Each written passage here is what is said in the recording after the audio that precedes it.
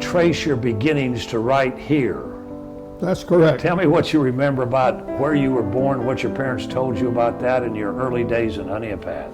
Well, I'll start back a little earlier than that. My mother and father were both school teachers when they started out. And so after they taught school for a while, my father became a cotton broker. And he bought and sold cotton here until the Depression hit. And when the Depression hit, the cotton market fell in and the economy fell in. And Honeypath at that time had 5 banks, and all 5 banks failed. They all failed? They all failed because there were no FDIC, and so everybody lost all their money, including the banks.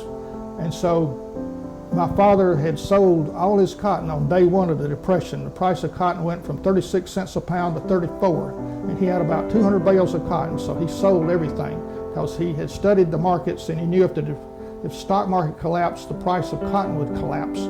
And so he sold out. The price of cotton went down to 10 cents a pound. But because he sold out and did not put his money in the bank, he had some money.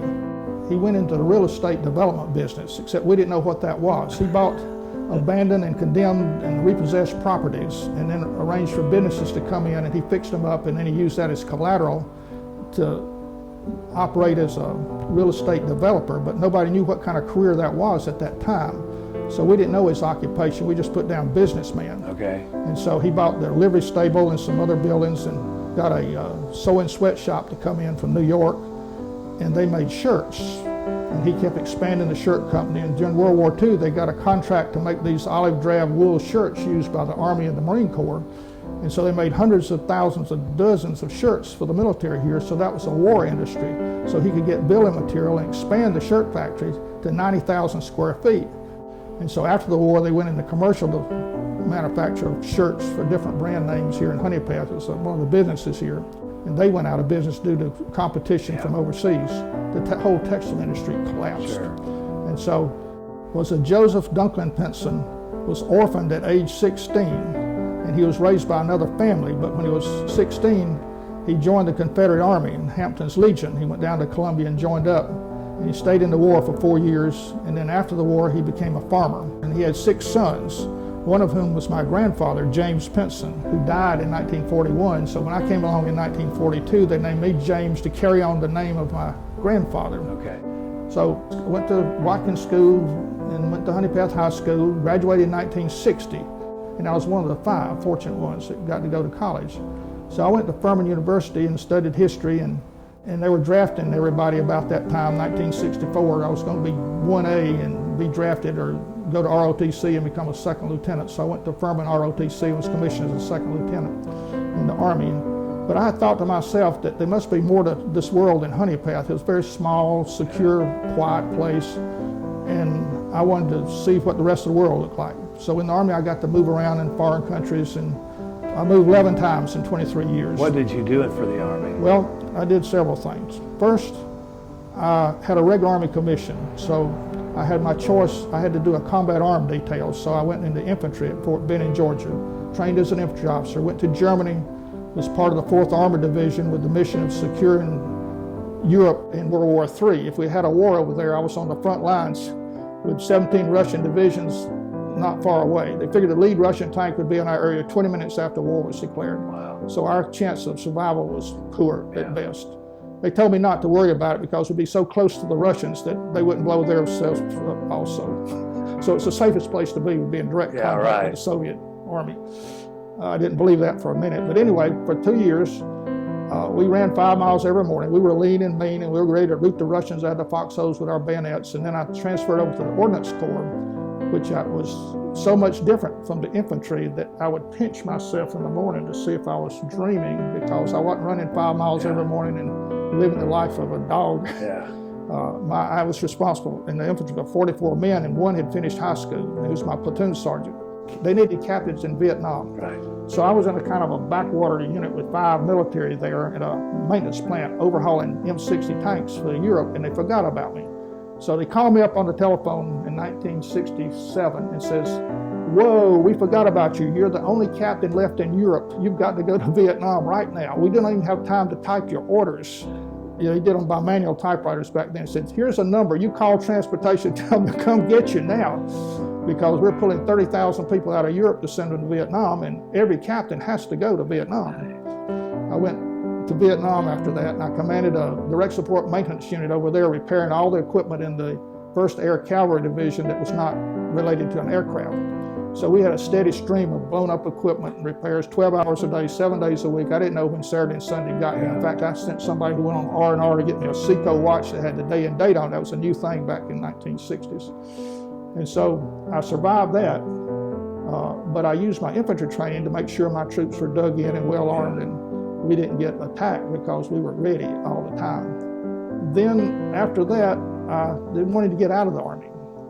And so I went to Army headquarters and says, I want to get out. I agreed to stay in 3 years. I've been in 4. I don't want this Vietnam War is a meat grinder. It is not, there's no end in sight to this war.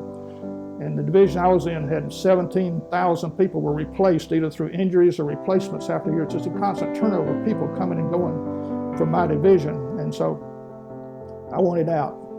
So they said, oh, you have to go see somebody in the Adjutant General's office up on the 3rd floor. I said, okay.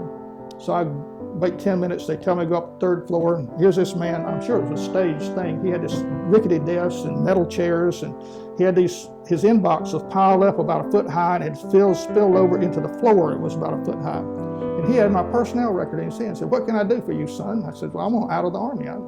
I agreed to stay in 3. I've been in 4. I've been to Vietnam. I'm ready to get out of here while I'm still alive. And so he said, well, it's not that easy. He said, first, you have to report into your next unit and send a letter of resignation up through the channels. It'll take probably 6 months to get here. And then I age everything 6 months before I look at it. And when I look at your record, I'm gonna stamp it with this rubber stamp. He had a scrap of paper and he stamped it. It says, under some public law, I am authorized to retain up to 2,000 officers a year for the good of the nation. And I'm gonna stamp that on your request, and then at that point, you'll become an expendable asset of the military. So you can expect another short tour. So why should we take care of you? You're lost. So go back to Vietnam and see if you can make another year over there. We're not going to waste a good West Point officer in that meat grinder. You're the guy. You're expendable. Well, I'm in shock here. He says, now on the other hand now, that was the stick, the carrot would be, I can send you to Ordnance Officer Career School for 36 weeks. And that'll only require you to stay an additional year to utilize the training you get at the Ordnance School. And so that's what I did. When I got out of the Ordnance School, I was sent to be an instructor at the transportation schools. I went to a readiness group, making sure that the equipment in the reserve forces and National Guard are ready for combat. And from there, I wanted to go to full-time schooling because I was going to get out of the Army and get a job in middle management in a textile industry, which was still strong at that point.